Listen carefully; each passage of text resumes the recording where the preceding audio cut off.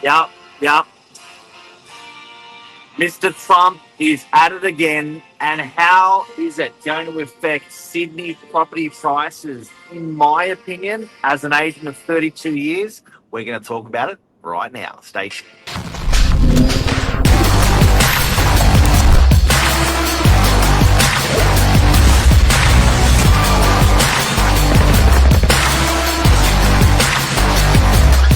I'm the ringleader, so listen up.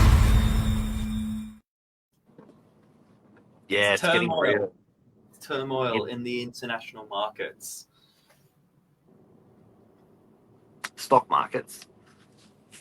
Yeah, just markets in general. This is funny because we were just saying, like, we have this conversation a lot with people. Sometimes you don't even know them, and it's like the first thing that comes up. Well, yeah, we sort of could not have a conversation around this because the reality is when you're at an open house or when you're at a barbecue, like it just comes up and people have an opinion, reservations, they're amused by it. And they do turn around and ask us as real estate agents, and like, what are you seeing out there and how do you think it's going to affect you? Yeah, and you had a big conversation with a top solicitor who's, again, really exposed to a lot of different clients, moving parts. And how did that conversation unfold? Yeah, look, we had a bit of a debate yesterday because I was saying, like, there's been a bit of volatility. If you don't know, there's been a bit of volatility in our market, in our stock markets around the world on the back of Trump's tariffs and how it's going to, and it seems to be the knock-on effect from that. And yesterday, my conversation with a buddy of mine, being a lawyer about town, was, he was feeling pretty bad about people that are that are lost money in the stock market. And my comment was, for everyone that's lost money, there's someone that's made money. And we sort of had a bit of a debate around that because, my attitude is every time that the stock market goes down, someone's taken their money out of the stock market, and someone's got cash in their pocket, in their hand. And cash in the hand, in the pocket, isn't really a clever thing. So a lot of people, when they take their money out of the stock market, they look at putting their money into another investment avenue. And my comment yesterday was, there's people that are seriously cashed up. I'm not, yes, the stock market's down, terrible for the people that are in, but the people that are out, I'm interested to see where they're going to put their money. Do they put their money into gold? Do they put their money under their pillow? Do they put their money into property, something more stable? Yeah, that transfer of wealth, not just between individuals, but between asset classes. It's a shift. Look, people have got to understand, energy doesn't get burnt or buried. Money doesn't get burnt or buried. So much like energy gets transferred, you've got to see where it's going to go. So when there's these transfers of energy, you've just got to be Johnny on the spot to work out where it's going to go, not freak out that it's gone. There's no use freaking out going, oh my God, the stock market, that ain't going to help. It's working out where the money's going to go and be there. Yeah, so it was in the news headlines all of last week. Australian stock market took the biggest hit out of probably all the big asset classes, $35 billion.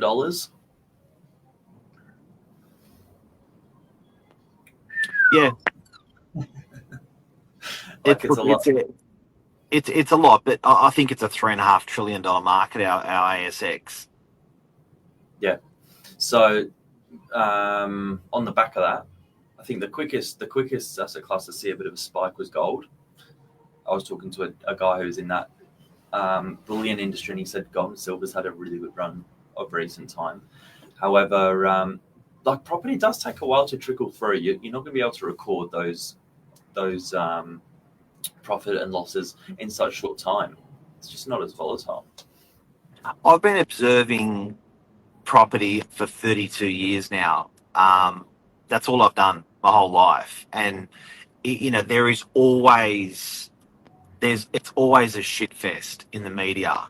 If it bleeds, it breeds. And there is always something to be concerned about. There is always something to be spoken about. There's always something to be questioning what you're doing. And whether it's a COVID, whether it's a GFC one, a GFC two, whether it's a recession, I've seen them and I've felt them in property the whole time. And the one common denominator is just pull through to the other end. And whenever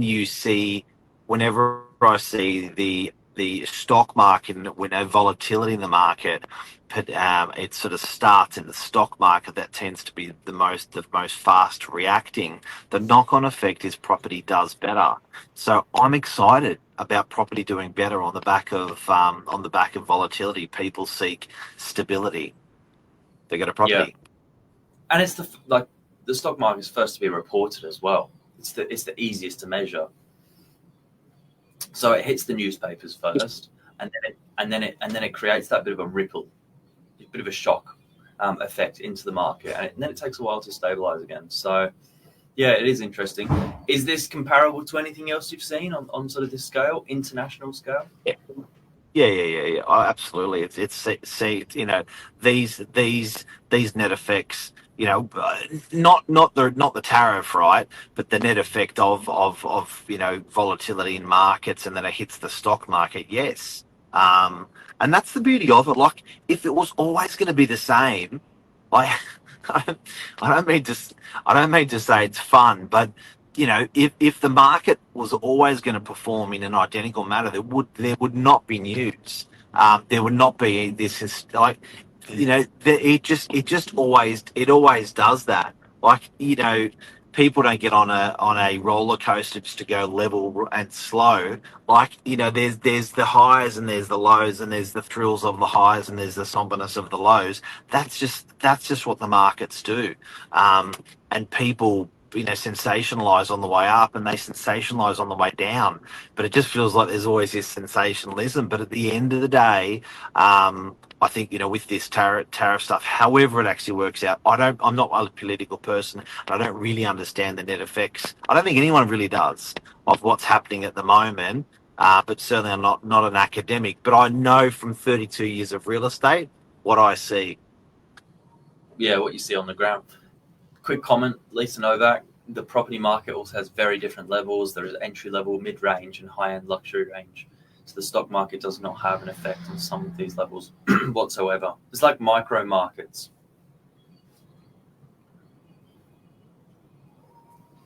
Yeah, I just read that. I think also what people realize about property and our property market is it's very expensive to trade in or out of it. So it makes the commodity a bit like a locomotive train. It's very hard to start and it's very hard to stop, but it does get faster and it does get slower.